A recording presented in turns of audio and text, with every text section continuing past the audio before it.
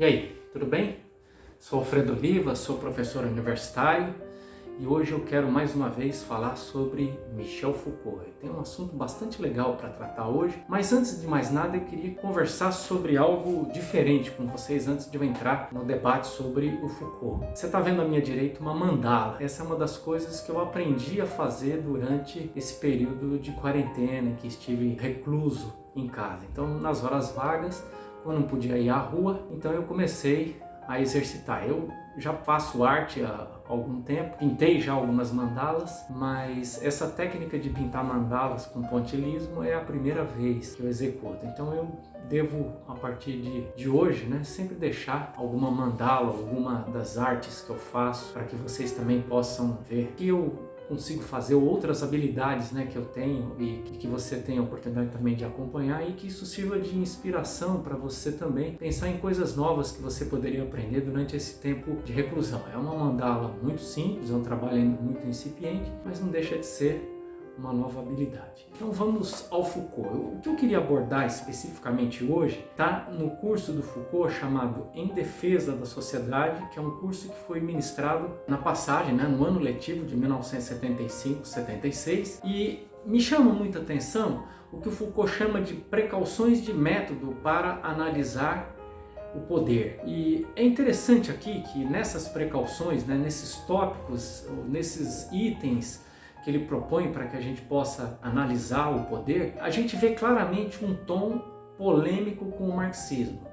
Nós sabemos que o Foucault foi militante no Partido Comunista Francês, foi inclusive filiado ao Partido Comunista Francês, mas rompeu com o partido exatamente por considerá-lo, à época pelo menos, bastante autoritário. E o Foucault era muito avesso ao autoritarismo, sejam de esquerda, de direita, seja lá como for, e então ele rompeu com o Partido Comunista Francês. Ele também teve uma formação bastante calcada no marxismo, mas também desenvolveu uma forma de filosofar que incorpora alguns aspectos do marxismo, mas principalmente polemiza, critica, mostra os limites, mostra os problemas que o marxismo apresenta. E alguns desses problemas eu vou apresentar hoje a partir das precauções de método para analisar o poder. É interessante a expressão que ele usa, precauções de método, Isso é bastante coerente com a filosofia do Foucault, Quer dizer, ele não vai propor um método, ele não vai propor uma metafísica, ele não vai propor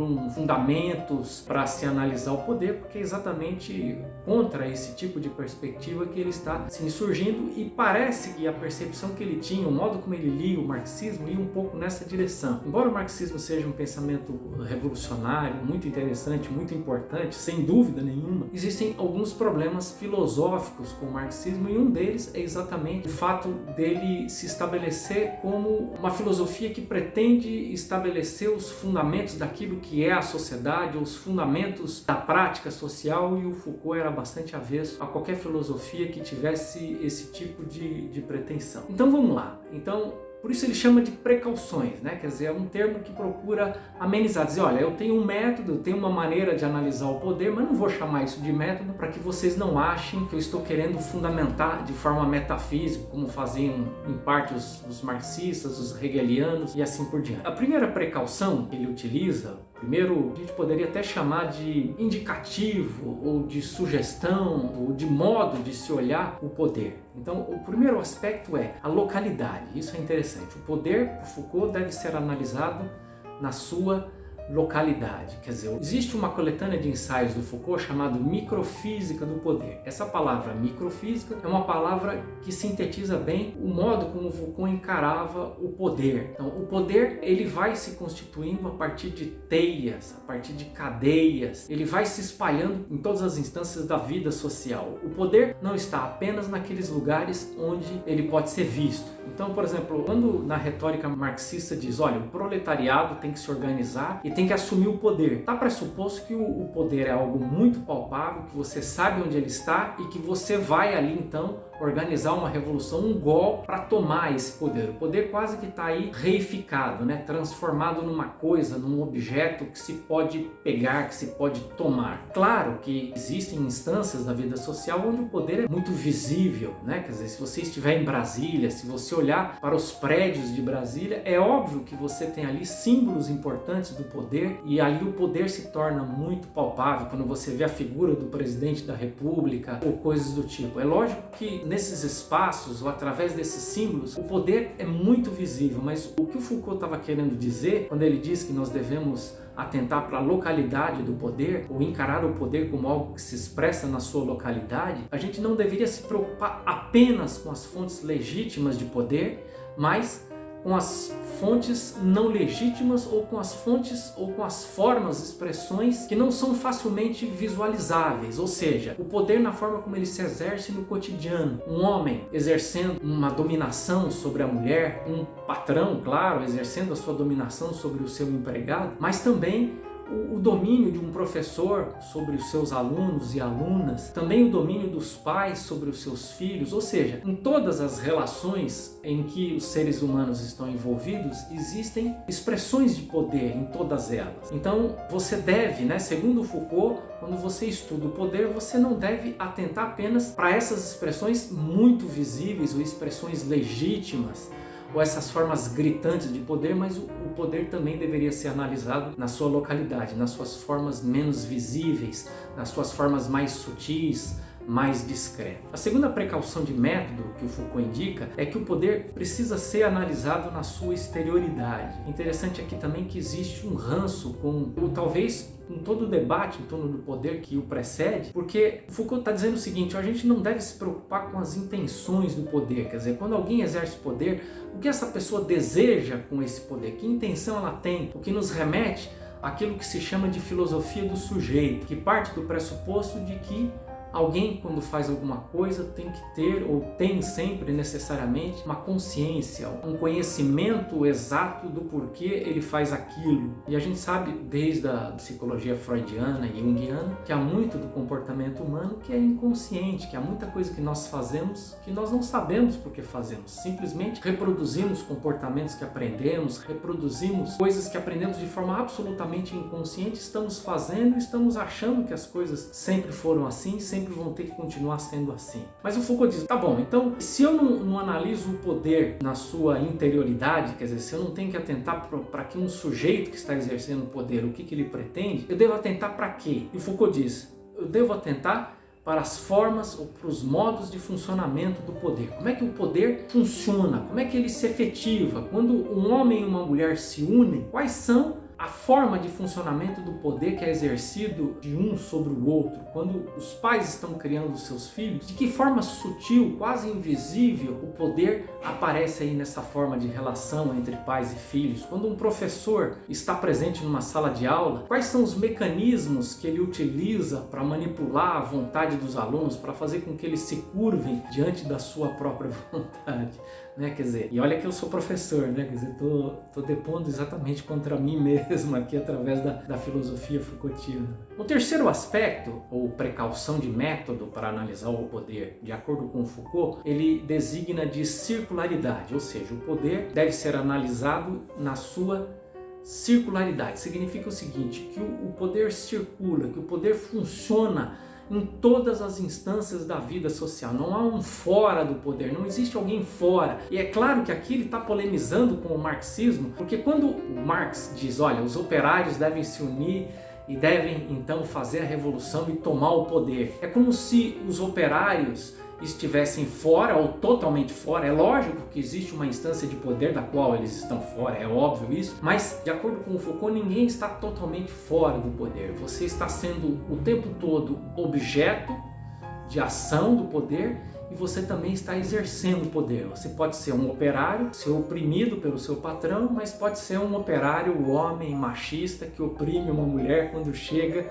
em casa, por exemplo. Você não está fora, você pode ser um pai extremamente autoritário, pode exercer um poder de uma forma absurda sobre os seus filhos e ainda assim ser um operário extremamente oprimido, né, extremamente explorado pelo seu patrão. Não é que não exista a exploração capitalista, não é que as sociedades capitalistas sejam boas, não é que os operários, os trabalhadores não devam resistir, não devam se organizar. Só o que Foucault está dizendo é que a retórica marxista não dá conta, ou a filosofia marxista não dá conta de explicar todas as formas de funcionamento do poder, não dá conta de abarcar todas as instâncias do poder. E é preciso então analisar para esses aspectos que Foucault está chamando a atenção. Depois ele diz um quarto aspecto, ele chama de ascensão. Outra precaução de método é a ascensão. Ou seja, via de regra no marxismo você partia de cima, dos poderosos, dos dominadores, e depois você chegaria nos de baixo,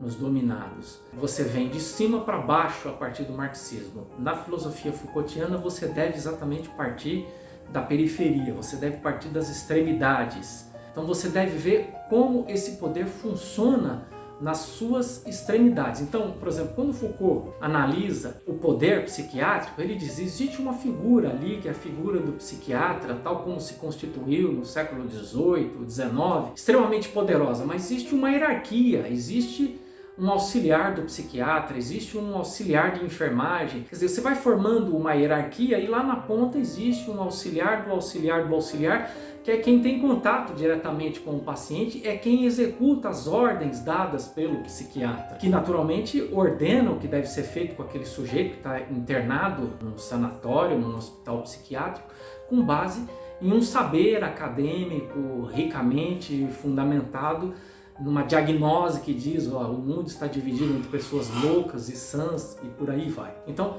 o poder deve começar a ser analisado nas suas extremidades, ali onde ele aparece, ali onde ele é mais visível, ali onde nós estamos em contato com o poder. Talvez eu não saiba nada sobre Brasília, talvez eu não saiba nada sobre os bastidores de Brasília, mas certamente eu sei alguma coisa de como é que o poder funciona numa sala de aula, certamente eu sei de como o poder funciona numa relação homem-mulher, numa relação pai e filho, uma relação qualquer da nossa vida cotidiana, né? A gente experimenta oprimir os outros e ser oprimido pelos outros no nosso dia a dia. E por fim, e aqui claramente, né, é um cutucão no marxismo, ele diz que a sua quinta precaução de método é a não ideologização. Aqui ele está criticando claramente o conceito de ideologia, que é provavelmente o conceito mais famoso e provavelmente o mais importante da filosofia marxista, né? Quer dizer, o marxismo parte da ideia de que existe uma coisa chamada ideologia. Há formas distintas de se definir ideologia, inclusive no próprio Marx, mas parece que a forma predominante é de que a ideologia é um falseamento da realidade produzido pelas camadas opressoras para fazer com que os oprimidos, aqueles que são explorados, se conformem em serem explorados ou achem que não estão sendo explorados e então continuem trabalhando para os seus patrões sem se insurgir contra eles. O Foucault diz: olha, não existe apenas falseamento da realidade, ou talvez para o Foucault não existisse o falseamento da realidade, até porque para você dizer que alguém está falseando a realidade, você teria que dizer o que é a realidade, né? Uma espécie de gabarito. Quando nós sabemos que estamos falando ou agindo de acordo com aquilo que é o que de fato aconteceu. Isso é uma questão complexa no âmbito da filosofia. Mas a proposta do Foucault é o seguinte: nós devemos nos ater aos mecanismos de saber.